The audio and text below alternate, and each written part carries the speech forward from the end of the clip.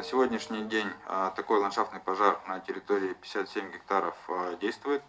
Принимает участие в тушении 10 человек, 4 единицы техники нашего подведомственного бюджетного учреждения.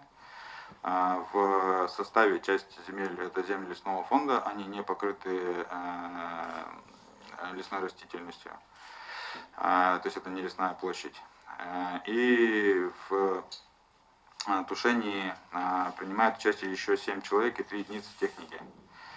Поэтому пока работа ведется, и насколько я имею информацию, по-моему, там пожар локализован. Но это пока информация, она очень оперативная, вот с учетом сильных ветров и вот